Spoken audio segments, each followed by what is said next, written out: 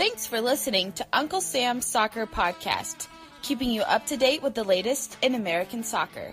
And don't forget to subscribe.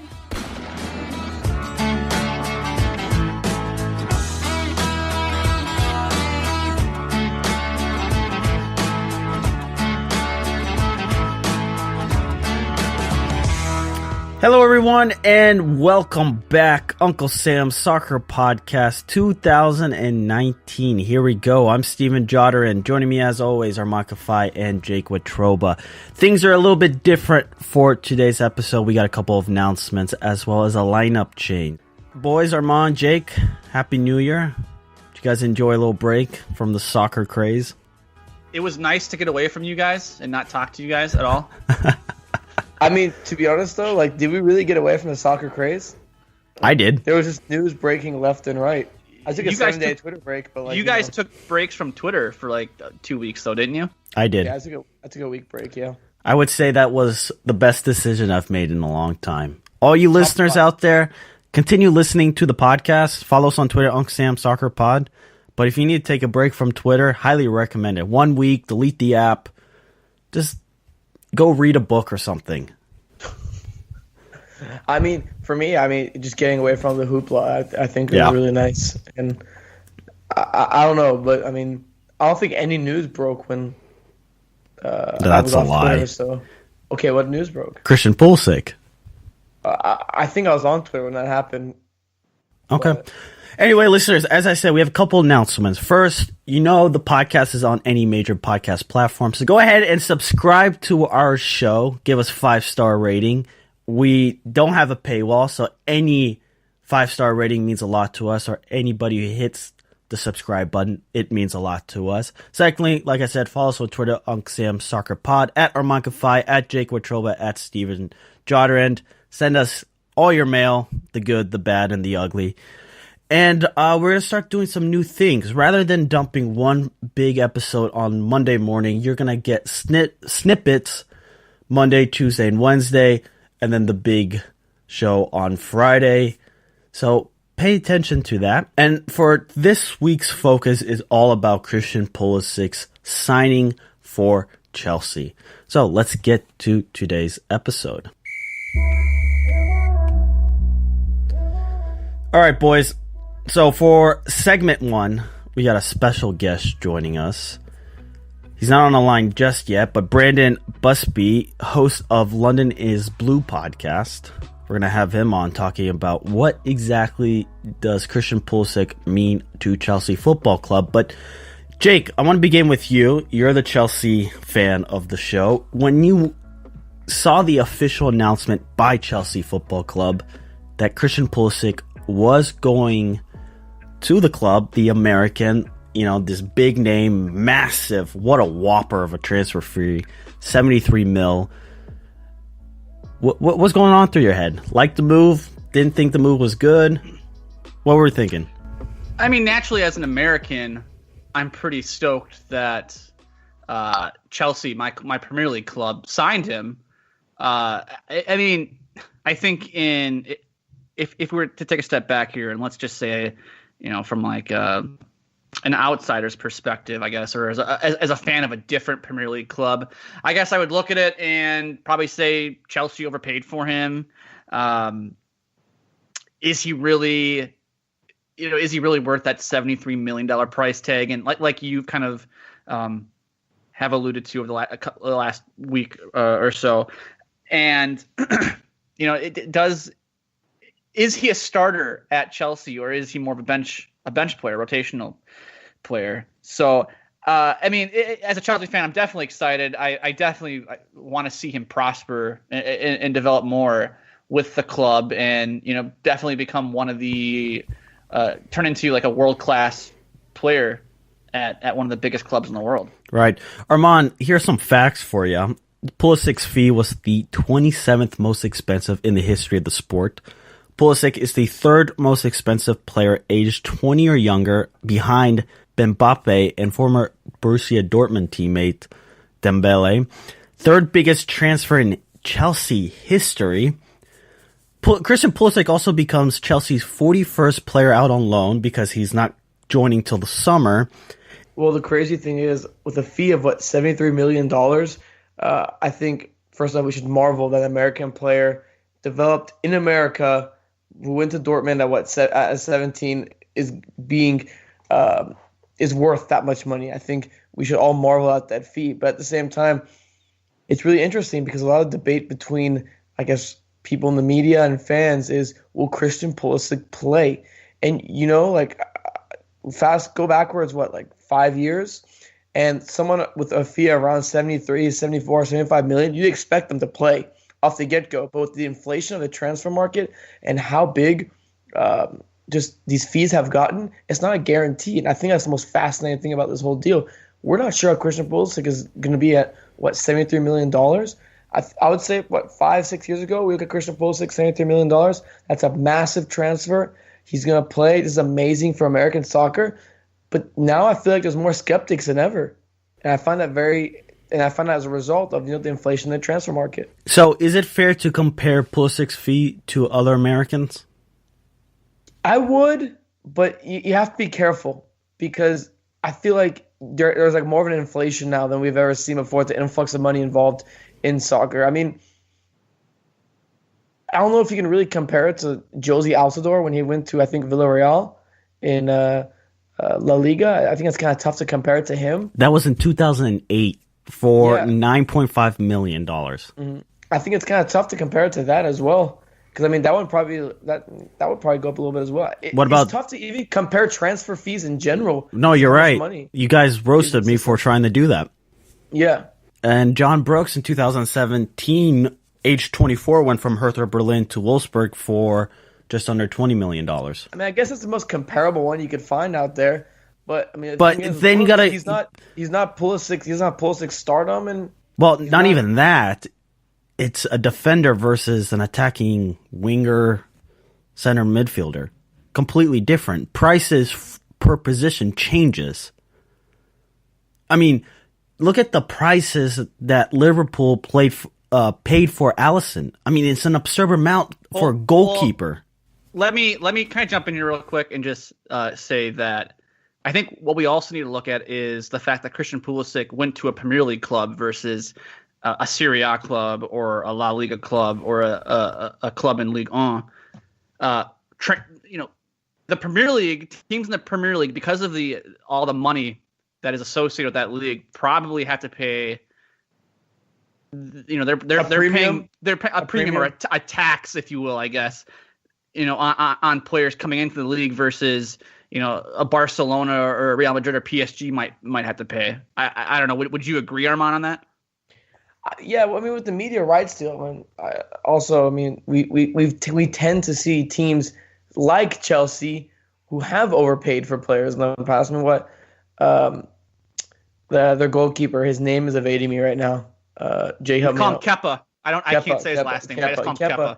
I mean, was Kepa really worth that much money? If you think about it, I don't think his value was that much. But because I think Bilbao stood really firm and forced him to pay the release clause. I'm not sure if it was Bilbao the team. Forced him to pay the release clause. The price went up. I think you're right, Jake. There is a tad of a premium, but also I think the other sides of things, such as him being an American, and the number one thing we always talk about, marketing, also play, I think, a little bit of a role in that fee as well. You know what's really interesting? I wonder, anybody out there on Twitter, you might want to do this, if there's a way to compare transfer fees from past years. The problem is, we tried comparing John Brooks to Christian Pulisic, and that's a 2-year difference. But in that 2 years, Neymar moved, Mbappe moved, an absurd amount of money has been thrown out. So it's really hard to really put these players in a position and compare their prices and their meaning and their value, because Christian Pulisic, $73 million, that's what he was valued at Chelsea. What about Arsenal? Maybe Arsenal had a value of $63 million. Maybe Liverpool is like, oh, he has a value of $80 million. Maybe Chelsea's, Dortmund were in agreement. Anybody who's actually seen how transfer fees and how clubs communicate with each other, it's a lot more complicated than what you get in FIFA. Yeah, I mean, of course. And it's tough to, again, go compare transfer fees because you have to look at the relative situation. All of it's relative, It's for example, I mean, if you look at England, you're gonna pay more for an English player because they fit the homegrown requirements and they're a domestic player, so that won't count against your homegrown the lack of homegrowns that you have. So there's always different scenarios. I mean, it's not like we have an inflation index that we can just compare. I'm like, oh, it's changed over years. Is what happened. I mean, I'd probably say that Neymar transfer was one of the ones that really triggered this whole changes in pricing. I mean, also you have to realize the influx of money from the ownership group. So I mean, back to Pulisic. The crazy thing is we don't know if he's gonna be a true starter on this team. And the fact of the matter is, if we go back to what he was doing at Dortmund, look, he was backing up Jordan Sancho. He wasn't starting. He was getting minutes on the bench. He was outplayed by Sancho. So I think we lose track of that as well. And I think it's great business by Dortmund to get $73 million for a guy that's, he's not getting in there. He's not playing consistently in terms of starting week in and week out. Joining us now on the show is the host of the London is Blue podcast. He is Brandon Busbee. You can follow Brandon on Twitter at @BBusbee and the podcast at London Blue Pod. Brandon, how you doing today? Doing really well, guys. Thanks for having me on. And listeners, Brandon is actually in London. So, how's London treating you? It was great. We came over about a week ago.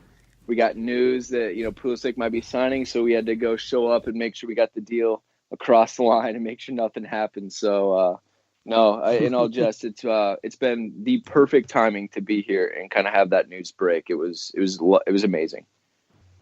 Absolutely, Brandon. And you were in England. What was the perception, of the Pulisic signing from Chelsea fans, if you talked to any of them?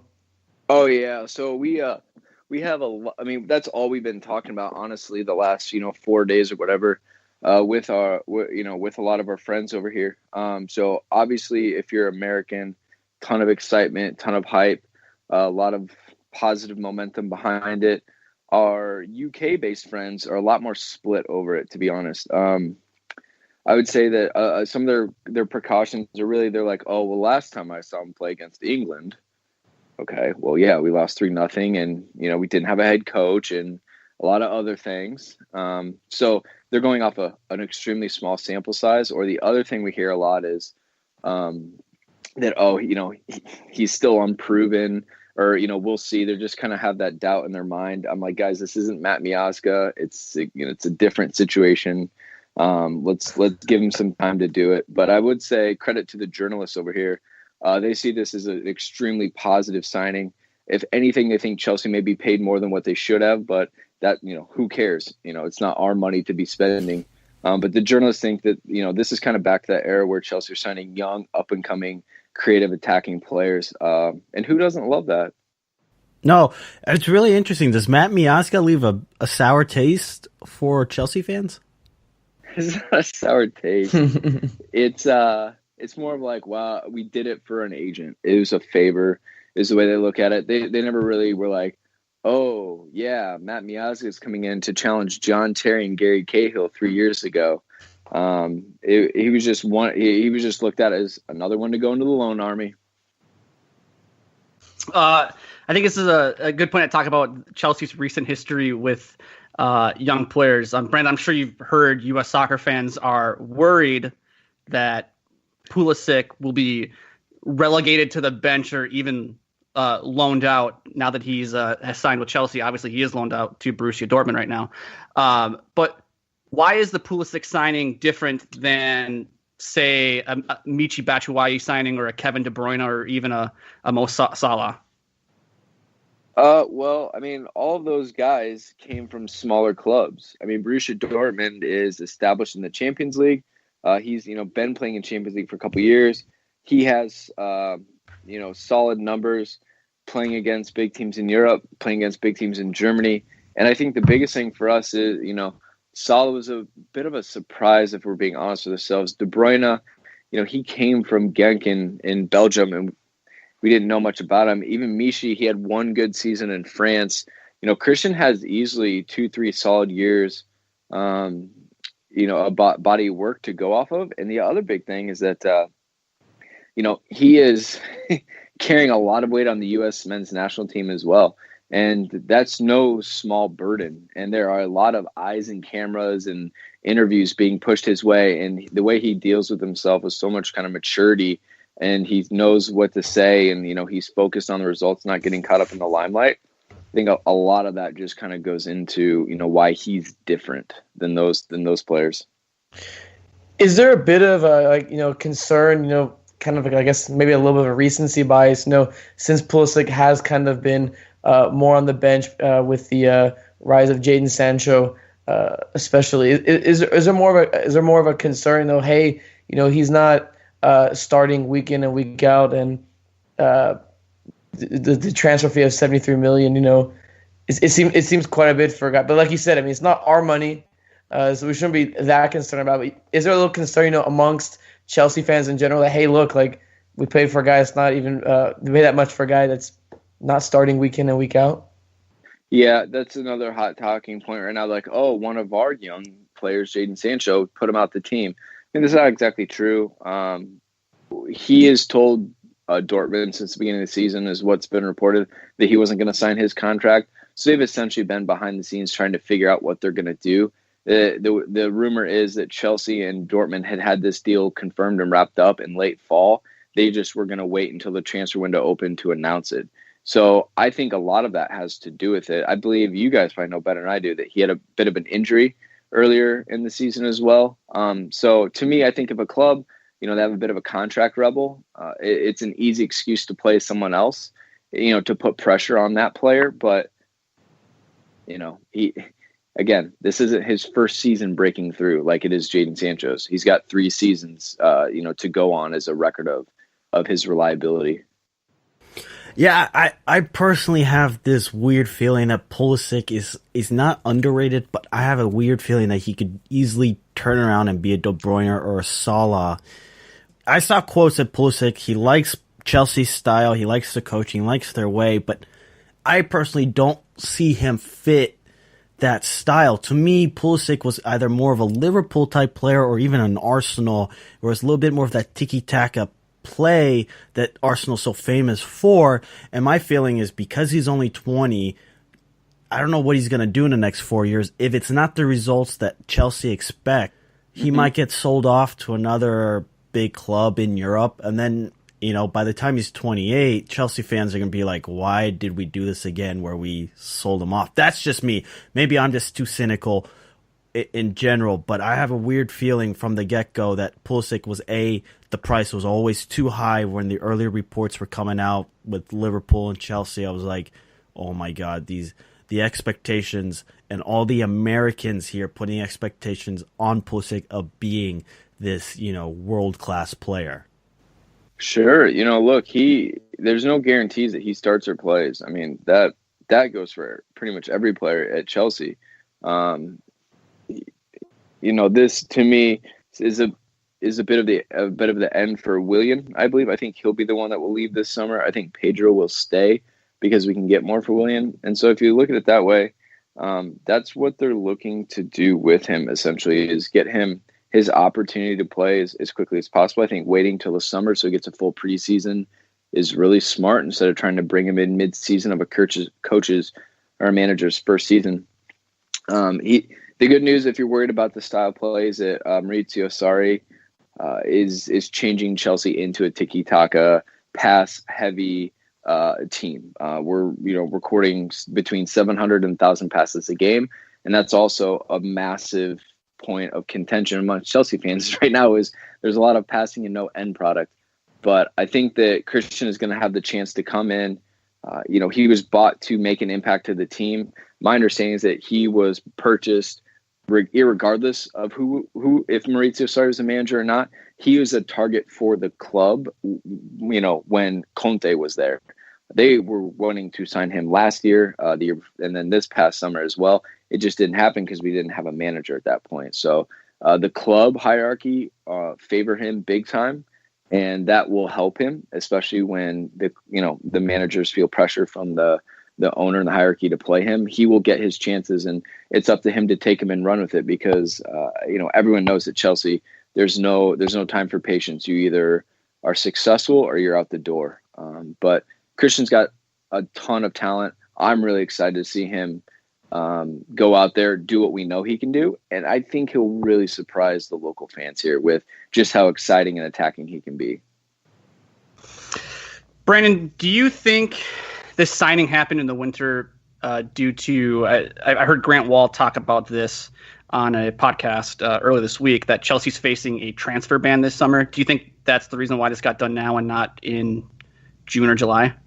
No, I mean, when Barcelona got their transfer ban, everyone always appeals it when it happens in the summer.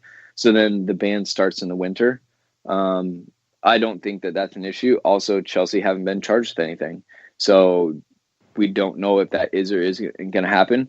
But look, Barcelona, Real Madrid, and everyone else that gets those transfer bans, they appeal them so that the process delays until the window's done. They can get their business done, and then it kicks into the winter. So I don't buy that. Also, I think it got done in the winter from what's being reported on the Chelsea side is because United also had massive interest in him, but they couldn't convince him to go there when they didn't know who the manager was going to be. So instead of Chelsea getting into a bidding war with United and, other teams across Europe, they just paid an extra, $10 million or whatever and got it done now. Brandon, I mean, on Twitter at least, I saw that one sorry quote where it talked about, I didn't know Pulisic was I know about the deal yesterday, blah, blah, blah, all that stuff. Do you think that was just do you think people are just making too much out of that comment that Sarri had? Yeah, happy to talk about that. In my perspective, what they said is Maurizio was like, hey, the club came to me a month ago, said, we're looking at Christian Pulisic. We're in negotiations. What do you think of him as a player? Again, before this, they almost signed him in the summer. He's a club target for what, the club identify him as a young, up-and-coming attacking player. They want as many of them as they can get. So they came to Sarri and said, hey, we're looking at signing this kid. What do you think? He said, looks good to me. All right. They got the green light from the manager. They went and did the business. He knew it wasn't going to affect him. And essentially the club didn't need to say, oh, hey, we got it done. He had already greenlit it, and it was up to the club to do the negotiation, get the contract and the details down. And he said that. I do think it's a bit of a, people from the outside kind of trying to stir up controversy where it doesn't exist.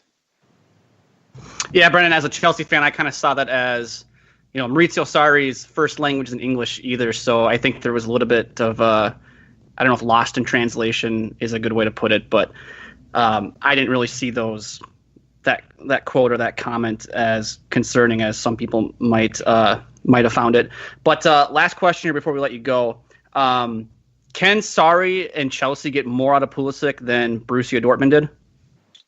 It's a great question. They got some amazing performances out of him. I mean, Borussia Dortmund put Pulisic on the world stage, made him a bit of a household name. It definitely helped him in the United States. But the fact that people around Europe know him is because of what he's done in Germany at Dortmund. Now, it is now Chelsea. They saw the potential. They paid the money for him. That is on them to get the best out of him, just like it is their job to get the best out of all their players. So they need to play him in the right position. They need to put him in a team that is set up tactically to get the best out of him. And we'll see how that goes. But while I'm excited that he is at my favorite club, I also am cautious in the sense that a lot still needs to happen for him to become, one of the very best at what he does in the world. And I'm really, really hoping that things click. He hits the ground running at Chelsea, and we're all just looking back at this in 3, 6, 12 months time saying, what a brilliant piece of business this was for Chelsea. And not only him, because as you can imagine, I'm, kind of straddling the fence here with my United States fandom and my Chelsea fandom and saying, man, I really hope Chelsea don't screw him and ruin his career. Because, man, that would be the worst thing for me. So, that's kind of how I see it at this point, is it's an opportunity for Chelsea to help him get to the next level, which is exactly what he wants. No, I mean, I think you speak for a lot, but I know Jake said last question, but the expectation, I was just going to ask you, what's the expectation around Pulisic, though? In your eyes, do you think he can become a Premier League giant, as in the next couple of years, we'll be like Pulisic is, at the end of the season, one of the starting 11 when they put the team of the season together? So from a Chelsea fan's perspective, so the guys and I been talking a lot about this week. We really think that if Willian or Pedro will go this summer, and I think what a perfect situation for a young guy to come into. He has a seasoned veteran where either if it's Willian, someone who is, played at the very highest level for a long time, they can teach him some stuff, isn't in complete favor, right? Like he could still come in, get minutes, even steal a starting spot. Or Pedro, who has won literally everything under the sun. He will get to learn from them while still getting a lot of chances to get in there. So honestly, I think that the expectations are you pay that much, just like that he should be starting. And, they have the same expectations for Morata right now. The fans are upset with him. We paid way too much money for him, and he hasn't delivered on that. It'd be the same for Christian, unfortunately, if he didn't deliver whatever it is the fans think that he needs to deliver. Well, Brandon, thank you so much for joining us on the pod today. I remember Brandon is the host of London is Blue podcast. Go ahead and plug, the podcast and your Twitter name. Just shameless plug. So plug everything where you can find you and the pod at. Absolutely. Look, we're 4 Americans. We're split all over the country. We record every single week after, and it covers everything Chelsea FC. We've actually had the absolute pleasure to interview players such as David Luiz, Willian, Azpilicueta, and recently Ruben Loftus-Cheek, as well as Ali Riley, an American playing for New Zealand. So I can promise you that we are legit and that it is a fun time. We really enjoy just talking and having a good time about our beloved Chelsea. So again, at London Blue Pod on all social media, and you can check us out there. Awesome. Well, thanks again, Brandon.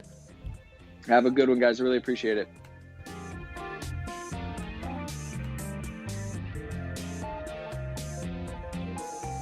Thanks again to Brandon for joining us. Boys, last minute here. Expectations at Chelsea Football Club for Christian Pulisic, who is on loan at Dortmund till the end of the season. Is he going to do a Salah, De Bruyne type of thing, or is he going to be an Eden Hazard type where he becomes a staple of the club and move the club into a new direction?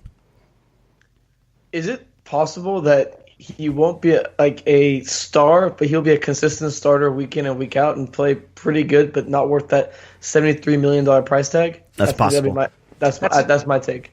All right. That's a good point because I feel like it's with a lot of people it's either Christian Pulisic is going to be part of the Chelsea loan army for the next forever, or he's going to be amazing, or he's going to be Gareth Bale and get sold on to Real Madrid in 3 years or something like that, or going to be the heir apparent to Eden Hazard. Like why can't Christian Pulisic just be a consistent starter on the right side of the at the winger position for the next several years for Chelsea? And maybe he's not Mo Salah or Kevin De Bruyne, something like that, but maybe he's just consistently, just a good first team player.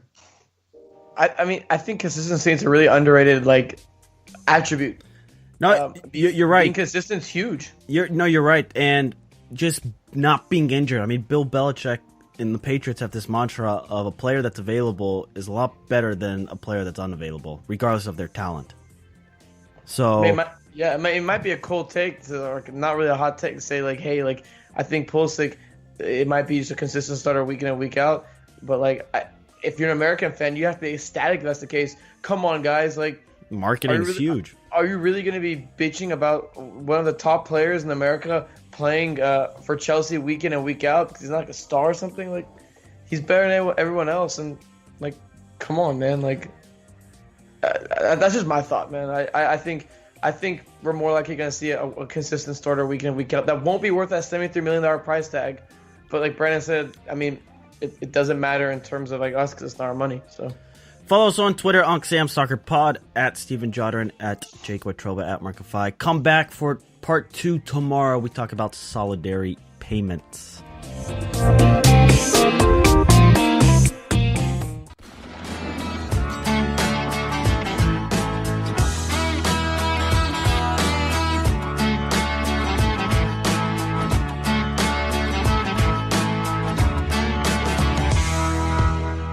Welcome back to segment 2 of Uncle Sam's American Soccer Podcast, Christian Pulisic special. If you haven't listened to segment 1, go ahead, rewind, go back. We spoke with Brandon Busbee of London is Blue podcast to discuss the Chelsea impact on the Pulisic transfer. You can follow the pod at Unc Sam Soccer Pod. You can follow me, Arman Kafai, at Arman Kafai. You can follow Jake from Minnesota at Jake Watroba. You can follow our producer Steven Jodern at Steven Jodern. But let's get to this episode of the show where we talk about solidarity payments. All right, listeners, we're going to get right into it. Joining us on the line is Brian Costin. He has a public policy and economics background. He has aided in U.S. soccer governments. You can follow him on Twitter at Brian Costin. Brian, thank you so much for taking your Sunday afternoon and joining us here today. How's it going? It's going great. Thank you so much for having me.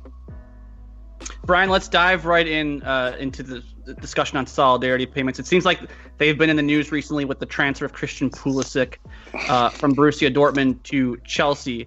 Can you tell our listeners exactly how do solidarity payments work? Sure. Solidarity payments are a regulation from FIFA, the global soccer governance organization.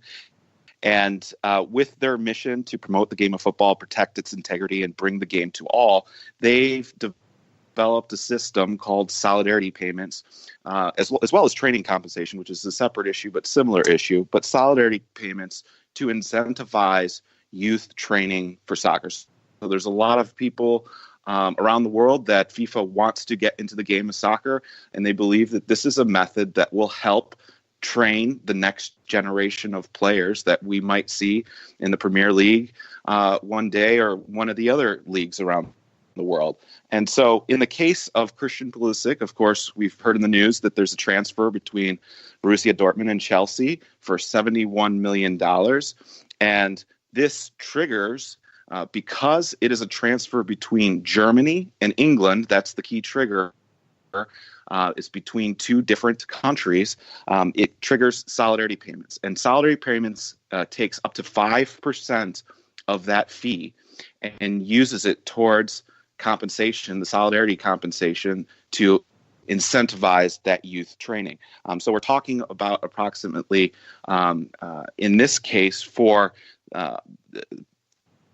the club that Christian Pulisic was in, I'm sorry, I'm pulling it up right here, PA Classics, they would be entitled in this case, if U.S. Soccer was a participant in this system, between $548,000 and in some people believe up to $1 million in solidarity payments. And they can use that to then give kids scholarships to be a part of their training, be a part of their U.S. Development Academy at PA Classics. So it's a huge sum of money, and it's really a groundbreaking thing.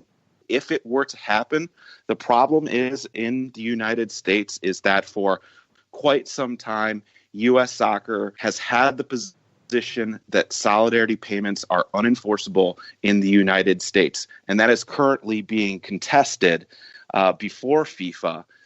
With the DeAndre Yedlin at Tottenham Hotspur's case. He was a member of a club called Crossfire Premier prior to being at the Seattle Sounders. He was transferred a few years back to Tottenham for $4 million. And since then, Crossfire Premier has been forwarding a case to get what they believe that they are entitled to underneath the global rules of football underneath FIFA. That is currently in dispute. We might get a resolution on that any day. But if we do, what does it mean for the United States? It can be a groundbreaking moment. This is very closely attached to the pay-to-play phenomenon in the United States where soccer players, when they're kids, their parents have to pay lots of money to be able to get trained at a high level. And this is a potential game changer, which would begin to allow a different system in the United States that would help give, in this case, hundreds of kids the opportunity to play soccer at a very high youth level. And one day, this could be something that's happening all over the country and helping kids all over the country getting a good soccer education and becoming the next generation of soccer players that might be playing professionally in the United States and around the world. That was a very detailed explanation from Brian. Brian, you mentioned how U.S. Soccer has contested solidarity payments for many years. What are the reasons behind why U.S. Soccer is choosing not to involve itself in solidarity payments? So many years ago, there was a case called Frazier versus MLS, and it was an antitrust case. Essentially, there was players and the MLS Players Union filed a lawsuit against MLS saying that there was all sorts of restrictive antitrust behavior that was happening between MLS and its players. And a party to that lawsuit was U.S. Soccer. And over time, U.S. Soccer and the MLS Players Union decided to come to a sort of side agreement to allow them to exit the case. And what ended up happening is that U.S. Soccer agreed not to play a part in collecting solidarity payments in the United States. So U.S. Soccer, being the governing body underneath FIFA, it is ostensibly responsible for helping facilitate those payments. So there was no court case that actually triggered this. There was no ruling by a judge. There's no sense one way or another if this would be legal or illegal because it was never decided before a judge. But this was an agreement between the MLS Players Union and U.S. Soccer to get out of that lawsuit. And ever since then, U.S. Soccer has tried to block solidarity payments from happening in the United States. Maybe you had answered this, and I know there's so much information that you're throwing at us, but what is the big reason for not having solidarity payments? What are the people saying? What is, I guess, the argument for keeping the system as is versus introducing solidarity payments and going that method? Well, I think we can start with the MLS Players Union because this is where the issue started in the United States. They were the ones that first had the objection to it. It's kind of curious. You have a players union who has decided that they're going to take the position that they want to restrict their employers, whether it be a club or MLS, from making solidarity payments to youth soccer clubs. So you have a players union who's saying, we don't want our employers to invest in soccer. We don't want to invest in player training. And their argument, one of their arguments is that it creates an inhibition of free movement of players. Their economic argument is that even though it's the global standard and they do this everywhere else in the world, if we have that here, it will lower the chances of a player in the United States transferring to, say, Europe. I disagree with that. They're saying that we're prohibiting the movement of player or kind of restricting the movement of players for what? To play in other FIFA sanctioned competitions. Okay, so if you want to play in a FIFA-sanctioned competition, my argument is you should play according to the rules of FIFA. Now, Major League Soccer, and in essence, the Players Union is underneath MLS. They have agreed when they got sanctioning from U.S. Soccer, and U.S. Soccer is sanctioned by FIFA. They basically said, we're going to play by the rules so that we can get sanctioned by U.S. Soccer and FIFA. Now they're saying that they selectively don't want to have the rules of FIFA apply to them, even though they want their players to have the opportunity to go play in other FIFA competitions in other nations where solidarity payments are the norm. And so to get to the bottom line, here's why I think solidarity payments should be the policy. it's voluntary. This is a policy that FIFA and the global sport of football have decided that this is a good thing. The word solidarity, we're in this together. We're going to say, if you're going to spend $71 million, that you take 5% of it, or in this case, it would be 1/71th of the $71 million that Chelsea is paying Borussia Dortmund to spend that on youth soccer. And so this is a legacy for Christian Pulisic. This transfer can help hundreds, and I've calculated the numbers. It can, at the amount of money you have to pay to be on the development academy at PA Classics, you can educate 500 kids. 500, more than 500 scholarships can come from this money through solidarity payments. And that's a lot of opportunities for a lot of kids that might not otherwise be able to, maybe they wouldn't even be able to play any organized soccer. And so I think it's really a huge missed opportunity if MLS Players Union, U.S. Soccer, and others continue to block what is a voluntary global arrangement in the competition that they've agreed to play in. So I think it's absolutely something that needs to be done. It's not going to fix pay-to-play overnight, but what it's going to do, one kid at a time, is going to give more kids an opportunity to play the game of soccer. There's benefits way beyond the game of soccer when you get kids in organized activities. Health, it improves their school, it gives them better future in many different ways, and it's really sad that MLS Players Union, U.S. Soccer, and others have said, we're not going to participate in the system. In fact, we're going to block you from participating in the system. And one curious note is that the original DeAndre Yedlin Tottenham case, Tottenham was ready to make the payment directly to Crossfire Premier in Washington.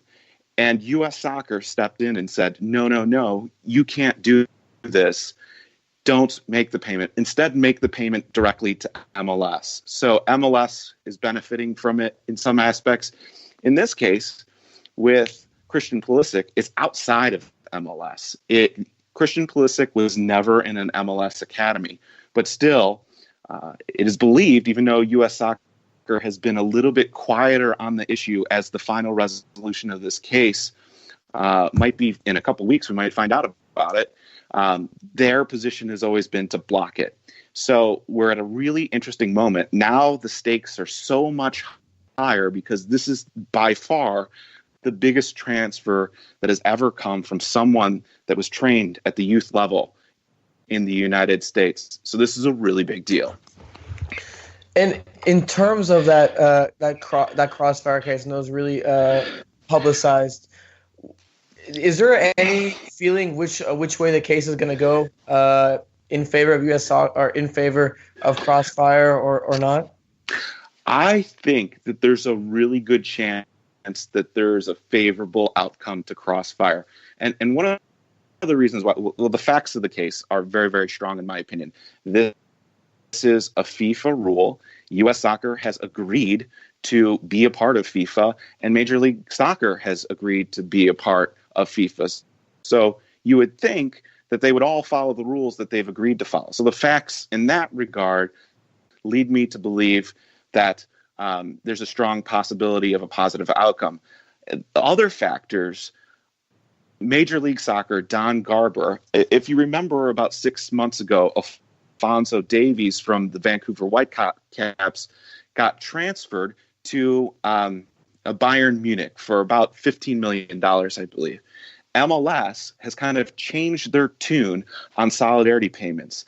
In that case, because Vancouver is in Canada and it's a little bit different, the little bit different question of whether or not that there is an issue there, the Vancouver actually did make a solidarity payment to two of Alphonso Davies' youth club. So, and Don Garber has come out and said, if the case comes back that we have to make solidarity payments or solidarity payments are valid in the United States, then we're okay with that. We think we're going to be a winner in that. And also, I would note, so Don Garber has kind of changed his tune in regards to MLS participating in solidarity payments. The other thing is that MLS is spending a lot of money on their youth academies now. So the economics are that they've been pouring in tens of millions of dollars into the youth academies, and some of those players have gotten signed by Europe before they got signed by MLS. And so MLS gets nothing underneath the current arrangement. So I believe that as they've made more investments in MLS academies and they've seen a lot of their players go overseas for free, it makes it more likely that MLS will be in support of solidarity payments and training compensation. So I think that that's a good positive development there. The other last thing I would say is that Carlos Cordeiro, the new U.S. soccer president, has not been a big of thorn in the side of solidarity payments as Sunil Gulati was. Sunil Gulati was rumored to have asked FIFA to delay the resolution of the DeAndre Yedlin case and did not want there to be a resolution so that we would be in this limbo forever where solidarity payments wouldn't be paid. From outwards appearances, it doesn't appear that Carlos Cordeiro is making that kind of interference at FIFA anymore. So I think we have a really good shot to get a positive resolution on this voluntary beneficial policy between FIFA, U.S. Soccer, and the clubs within the United States to make solidarity payments legal. And I think that that would be a fantastic thing for youth soccer in America. Brian, I wanted to ask you about PA Classics and the I believe he was the academy director, Steve Klein. Mm-hmm. He was quoted in the Jeff Carlisle piece a few days ago on ESPN.com, where he essentially said, "I don't want to accept any solidarity payments for the Christian Pulisic transfer." I think his reasoning was, I don't want to benefit from Christian Pulisic's success and the cost of the lawyer fees to secure that money. What are your thoughts on that? Well, I think it's very interesting. I'm a little bit disappointed that PA Classics has decided to take that position. Maybe it's not a final position, but I think so. When you say something like PA Classics is a blended pay-to-play club, and they also have some scholarships. In this case, it appears that Christian was a pay-to-play a student, so to speak. And so the thinking that would somehow change the FIFA regulation, I don't agree with that. The FIFA regulation does not make any mention of whether an individual player was a pay-to-play player or if they were a scholarship player. It's regardless. And I think it's also, one of the things that was said by the representatives of PA Classic was that, this isn't going to solve the problem anyways. It's not going to cure pay to play in its entirety. But, so what? When you're talking about Christian Pulisic, I mean, if you want to make a change in American soccer, it's one kid at a time. And this single case has the potential to change hundreds of kids' lives and give them the opportunity to play soccer that they might not ever have had. And so I think that's a big mistake. Now, as far as the legal fees and trying to go after the money, this is a valid concern. I would recommend to them maybe they should wait to see what the resolution of the DeAndre Yedlin case is. Maybe make an inquiry to FIFA and say, hey, just thought you should let you know we have this big transfer fee here and it might apply to us in regards to solidarity payment. But I would really question, if you were a board member of PA Classics, or if you were a parent who had a child and you were paying a lot of money to send there and you were struggling to make sacrifices in your life in order to put your kid there, and then you find out that they're passing up $500,000 to $1 million that they could have gotten, that is a hard sell for me as a board member or me as a parent of a kid that's on that club. I mean, you raise an excellent point there. Brian, we want to thank you so much for taking some time out of your day to speaking to us. I want to give you the opportunity to go ahead and plug yourself, and if you want to plug anything else. Well, thank you for having me on your show. I think it's great that there are people now with the Christian Pulisic transfer. It's now become a bigger issue. So I think more people are getting educated about that. I think that's fantastic. One of my personal for 2019 is I am looking to start a soccer policy nonprofit. I'm here in Chicago, really close to U.S. soccer, and I want to help the game of soccer in the United States. So if you're interested in something like that, you can hit me up on Twitter. It's Brian, Brian, Costin, Costin, and that's my handle at Twitter. And thanks again for having me on the show.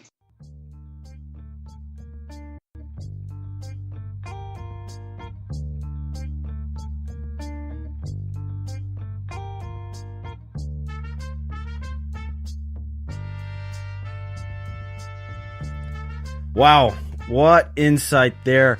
Arman and Jake, solidarity payments. How do we feel on the issue? What should U.S. soccer, what should the public want here? Well, I mean, the MLSPA, it's a really interesting stance. I mean, I was thinking about it during the interview with Brian. They say that, they're restricting player movement by having these payments. But, I mean, I might be wrong by saying this. They're the same PA that accepted a really bad free agency and didn't have their players move for a very long time. Their free agency is what? You have like 10 years of MLS experience and be over the age of 30?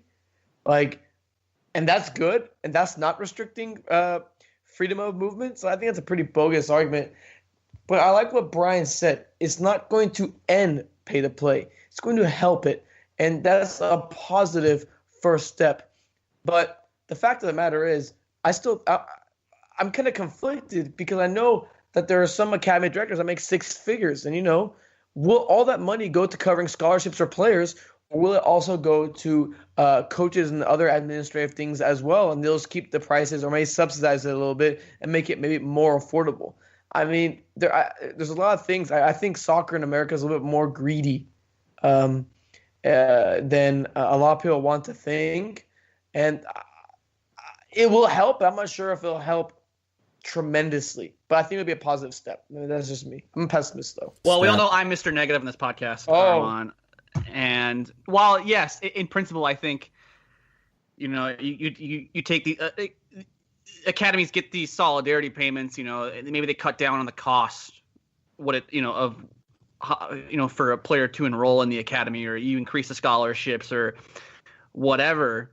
However, the pessimist in me also thinks that what if these academy directors and these higher ups within the academy are just taking money from these solidarity payments and keeping them for themselves and not dishing them out to help players with pay to play and things like that. I mean, not even that, Jake. I mean, think about not all that money is going to go towards scholarships. I mean, maybe for many of these teams, you want to upgrade facilities. With the money you get, you can maybe upgrade your facility. And yes, well, like I said, it's a step in the right direction to invest in the youth. I think it's much more different. A lot of people think these teams are they're getting $3,000-$4,000 a year from kids to play soccer. It's a lot. That's a lot. It's a lot. That's a lot. I mean, my guess, and this is me just from what I've heard around youth soccer and whatnot, and my friends playing growing up. My guess is it would be around, maybe the cost would drop to like $1,000 to $2,000 a year instead of being at $3,000-$4,000. I don't know. Hey, I mean, a cut's a cut, right? Yeah, I mean, a cut's a cut, exactly. So it's a step in the right direction. But I think people who are saying it's going to eliminate pay to play are very misinformed. Oh, I think so. Jake, last thought. No, it'll be interesting to see how this whole thing plays out. We have the pending lawsuit with DeAndre Yedlin and the I can't think of the Crossfire his academy. Thank you, with his academy in Washington, Crossfire versus U.S. Soccer. That case will, I believe they're supposed to be ruling on that case any day now. It'll be interesting to see how that turns out and how that it'll affect solidarity. I can't say solidarity payments going forward. So. Anyway, listeners, come back tomorrow for the final segment. Kind of give you our entire thoughts. What's the marketing ploy from Chelsea in U.S. soccer? Well, Chelsea suddenly be America's most popular Premier League team. If you're waiting for the full episode, I'll drop Friday. Talk to you tomorrow.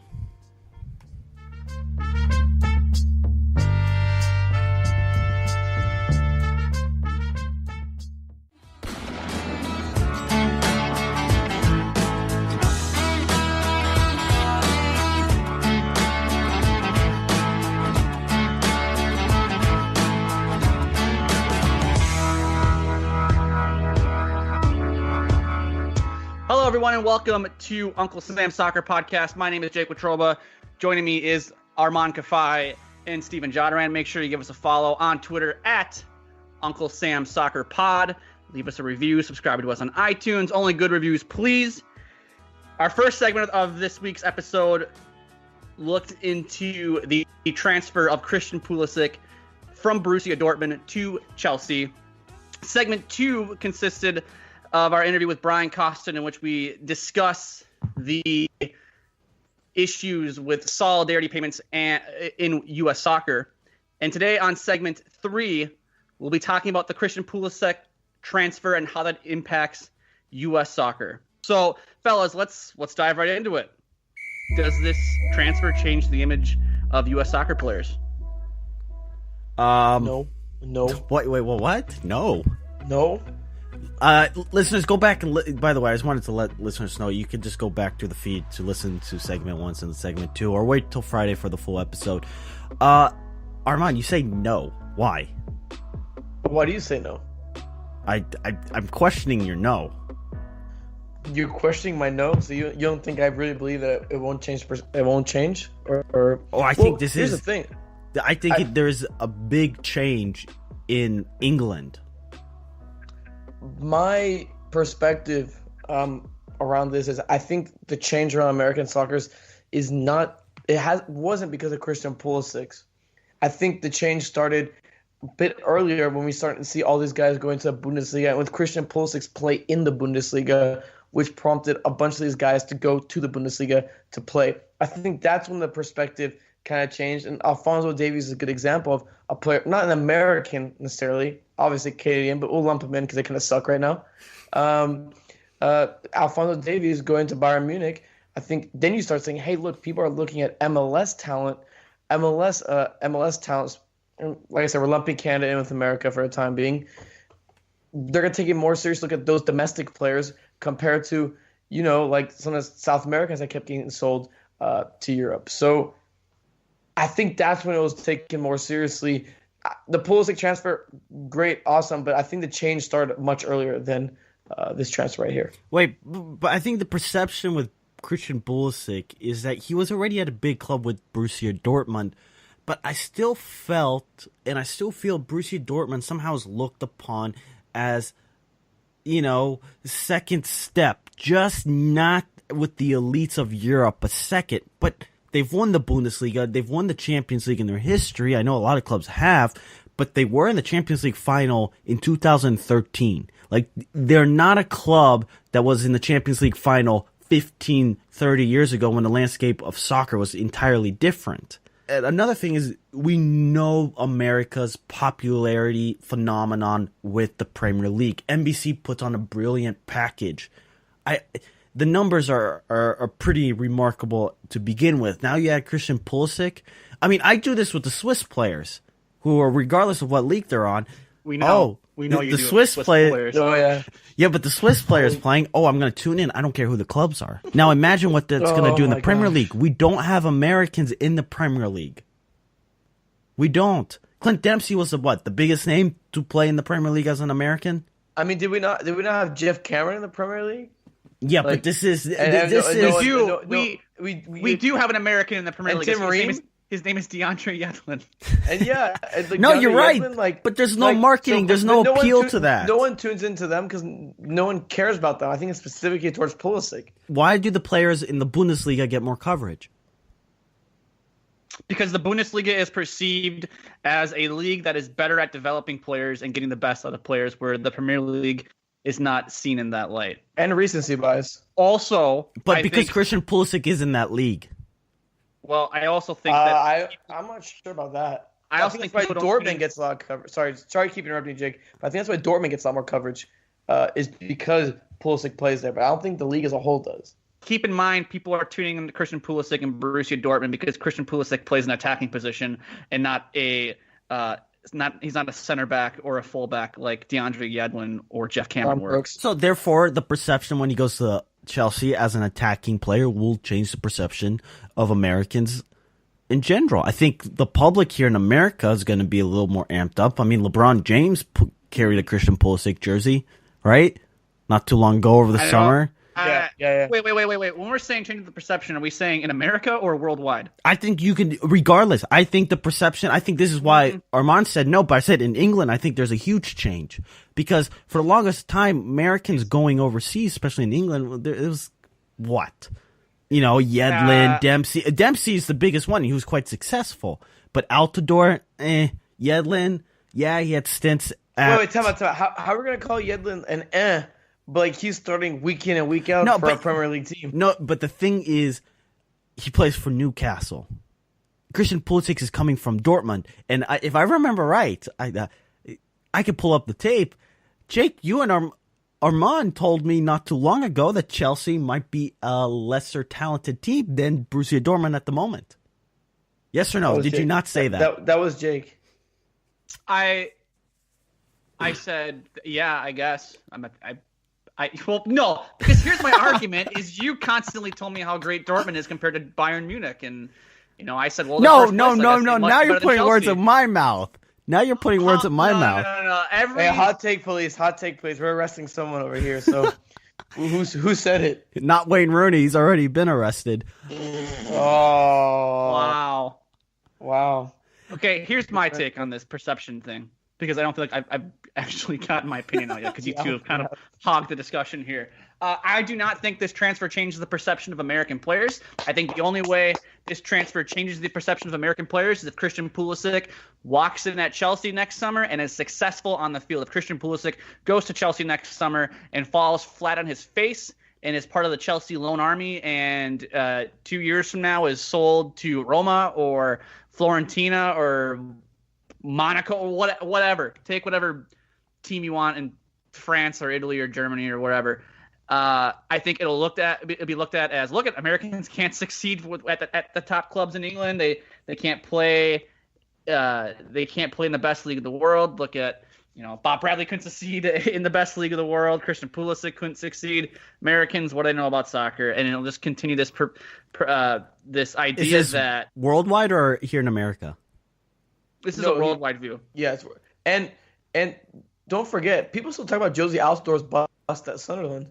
Because Josie Altidore was a bust at Sunderland. Exactly, but people still talk about it when you reference an American player. They look at the failures more than the positives, because Clint Dempsey was pretty great at Fulham, but I mean we failed to really hear about that. I mean, Tim Howard was a freaking starred forever in Everton. Like, I can't believe we haven't mentioned Tim Howard's name. Well, Tim Howard and Brad Guzan. Brad Guzan, yeah. I think Aston Villa fans really love Brad Guzan.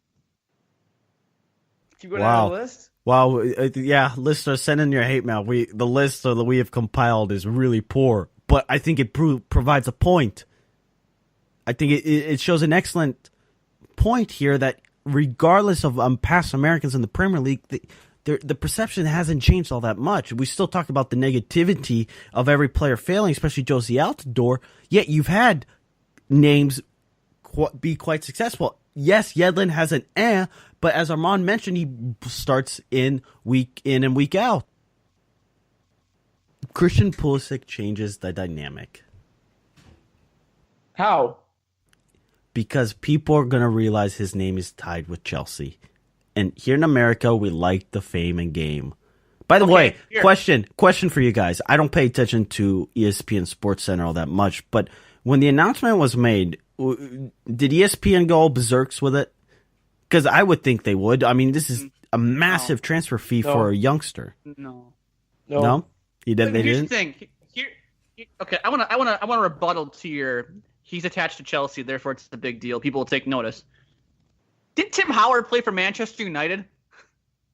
Yeah, but I was thinking the same. deal? I was thinking the same exact thing. But I'm a certified Steven hater, but I'm gonna jump to his side right now. The Premier League, with social media and now NBC giving access to everyone, it wasn't as popular as it was back then.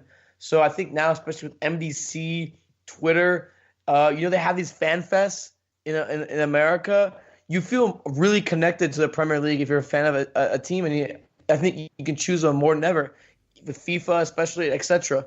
So I think it's a little bit of a different dimension in terms of. I see what you're saying because I was thinking the same exact thing when Steven said it. But I mean, the more you think about it, it's a little bit different in terms of that perspective. But I don't think it'll change the perspective of Americans worldwide. I think that perspective has already been flipped a little bit more positively in terms of cheap talent. I mean, we just saw Chris Richards get sold to Bayern Munich. Like, are we forgetting this? Like, they're buying Americans to play for them. Sargent had an assist in a first-team friendly today with Werder Bremen. He scored a couple times, right? Like, are we forgetting all these things? I just want to make it noted that in this week's episode, we have now reached not only our New England Revolution quota, our Swiss national team quota, we've now just met our FC Dallas quota for this week's show. So I know you two can't help yourselves, but anyway, I want to shift gears here. What, that Minnesota? That your Vikings suck? What quarter are we gonna meet? You don't need it. It's not worth it. Why Augsburg going to somewhere? I don't know. I think Arman was getting into this with this Chris Richards discussion here, but Jake, does this transfer open the door for more Americans? The funny thing is, before I get to that, Jake, the moment that Arman brought Chris Richards, I was just thinking, well, there's the FC Dallas take of the week.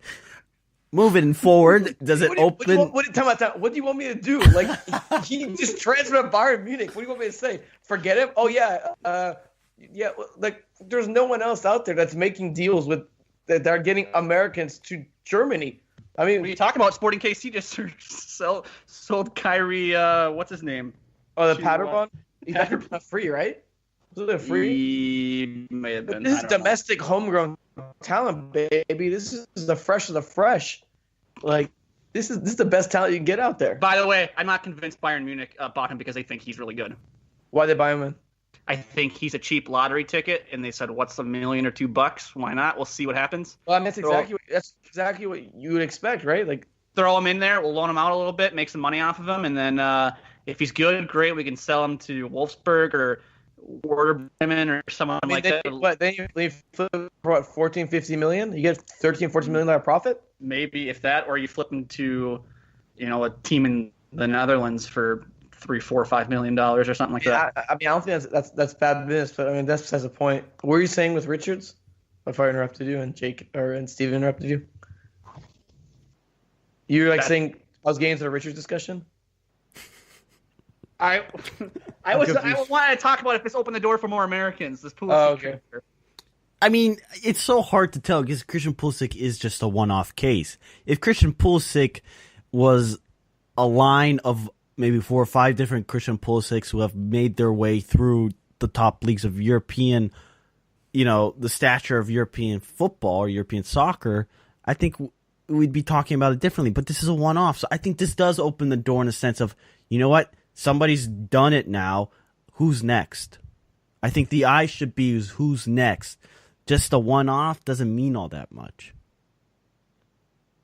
Does it open doors? No, because I think the doors are already being opened. Yeah, and the doors are already opened. I think doors are open, especially in the Bundesliga. But I was going to say, let's be more specific. Does it open the door for more Premier League teams to go after Americans? No. We see the constant push from Bundesliga to come after Americans. We don't want to have to go through the list.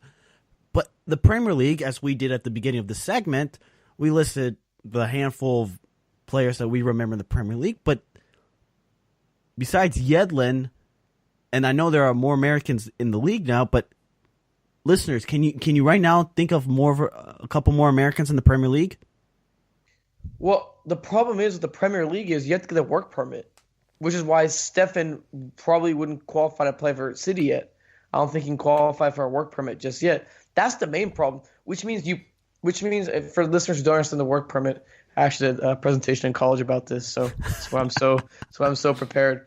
But you need to start like a certain percentage of national team games in order to qualify for the FA's approval for you to be in the work permit. It's like a bunch of criteria.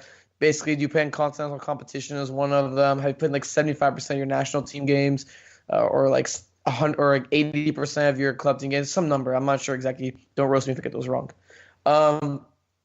But not a lot of them will qualify for them because you have to basically choose players from the national team. If you think about it, do you look at any other player on the national team that can play for England? That's why they all go to the Bundesliga, because they don't have to qualify for those work permits. As soon as they turn 18, they're gone. Well, I don't know if I necessarily agree with that. What else? I think there's different philosophies in the Premier League versus the Bundesliga. I think the Premier League is more geared towards. It's not geared towards. They can't even get them.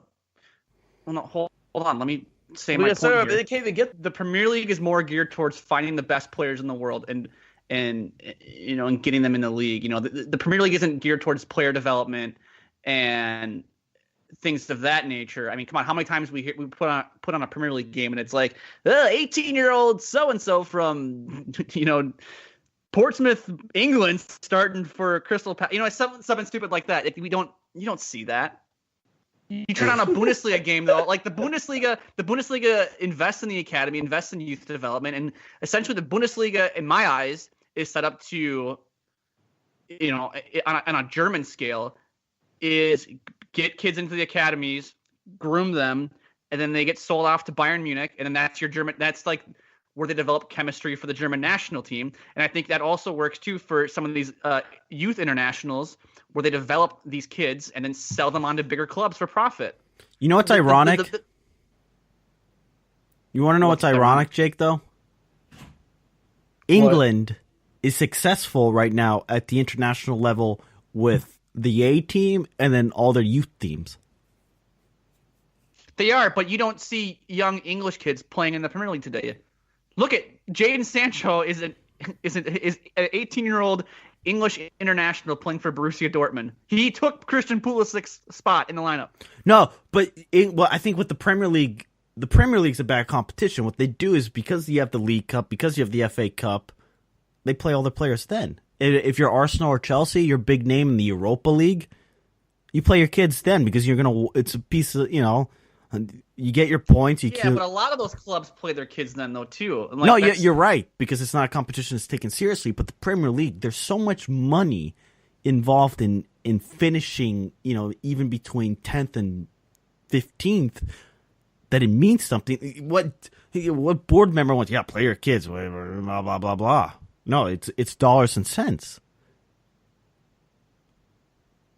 I mean, the thing is with all that. I mean, Jake, I see what you're saying with the difference in philosophies, because it's true. But I mean, yeah, I'm with Jake. I mean, here's the thing: they can't even get them there. That's part of the problem. Remember Juan Agudelo? Remember with the Stoke City? They had to loan him out to PSV, and he never played a single game for Stoke City because he couldn't qualify for the permit. I know that's a big part of it. I mean, hell, why wouldn't a team maybe in like the lower leagues try to go after a U.S. international? Well, we'll see. We will see. That's just my thought.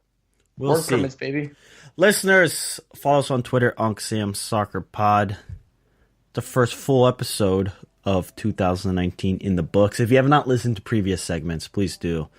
Talked about solidarity payments with Brian Costin and Brandon Busbee of the London is Blue podcast. Talked more specifically about Christian Pulisic and Chelsea Football Club.